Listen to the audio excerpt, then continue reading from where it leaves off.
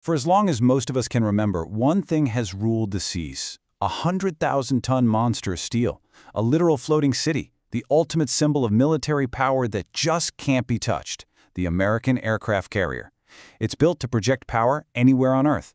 But in the tight, strategic waters of the Persian Gulf, a new challenge is taking shape, a weapon system designed with one single, incredibly bold purpose: to sink the unsinkable. All right, so let's get right into it. The whole idea of modern naval power, it's really built around these aircraft carriers. But like this quote says, a new sword has been drawn, a direct challenge has been made. So let's break down the claims behind this new missile system and the strategy that's supposedly been designed to take down one of the most powerful war machines ever built by humankind. So first off, you got to understand what we're actually talking about here.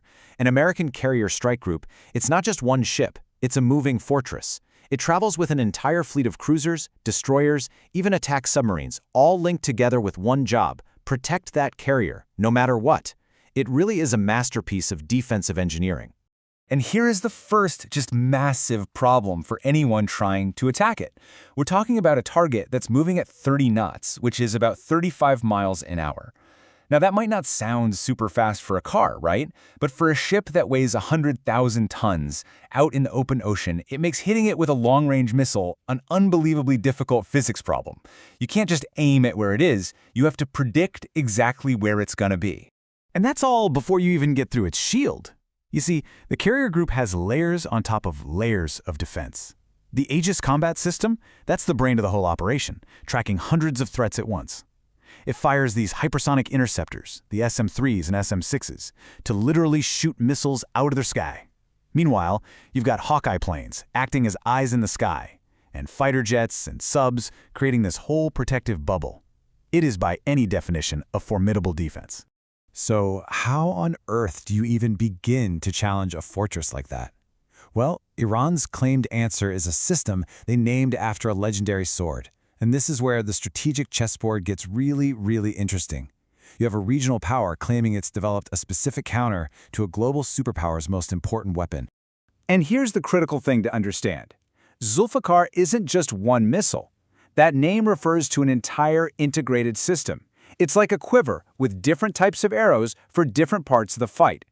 The name itself is hugely symbolic, calling on this legendary weapon from Islamic history. It's basically signaling that this is a blade aimed right at the heart of American sea power. So what's in this quiver? You've got the Zulfiqar, a ballistic missile with a pretty hefty 700-kilometer range. Then there's the Khalij Fars, which is a dedicated anti-ship missile. And backing them up are the Qadir and Noor cruise missiles. What's so interesting here is the mix. You've got different types of threats coming from different angles. And get this, they're all reportedly truck-mounted, which makes them mobile and a total nightmare to find and destroy before they launch. And this is what it all boils down to. It's a high-stakes technological duel. It's the carrier shield versus the missile system's sword. The big question is, can a missile, even a super fast one, get past all those defenses and hit a moving target from hundreds of miles away? This is the million-dollar question, isn't it? Ballistic missiles are fantastic at hitting things that don't move. Cities, military bases, you name it. They fly in a pretty predictable arc. But a carrier at sea is constantly on the move, always changing course.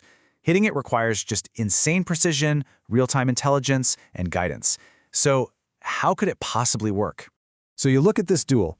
On one side, you have the Aegis system, advanced interceptors, powerful electronic warfare, a wall of technology. And on the other, you have this missile that needs to be impossibly fast and ridiculously accurate just to have a prayer. Against that kind of shield, a single missile, or even a few, they have almost no chance. So how could this strategy possibly succeed? Well, the strategy isn't to rely on one perfect shot.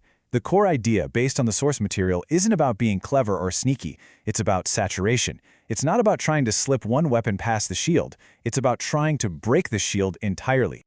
And that's it, right there. Forget one silver bullet. Think a storm.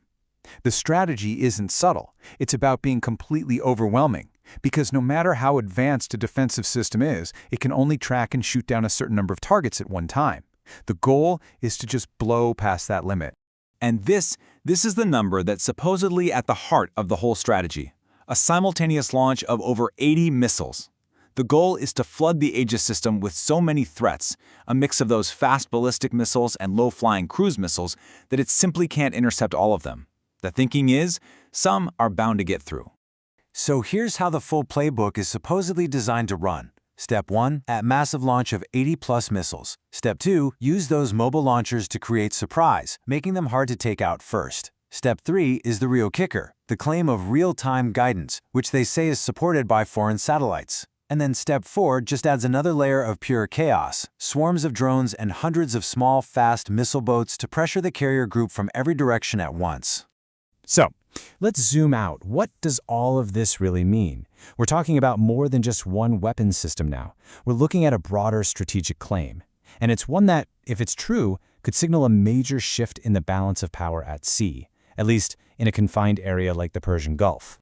And you have to remember, this strategy doesn't exist in a vacuum. It's reportedly backed up by some serious infrastructure.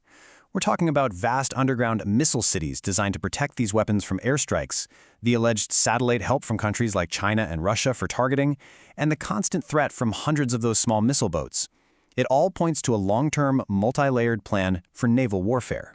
So, it all leaves us with this one huge question. For over 75 years, not a single U.S. aircraft carrier has been lost in combat.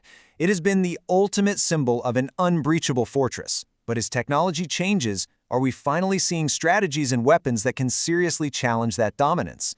Whether this specific system is the one to do it, well, that remains to be seen. But the question itself is changing how military planners all over the world think about the future. So what do you think?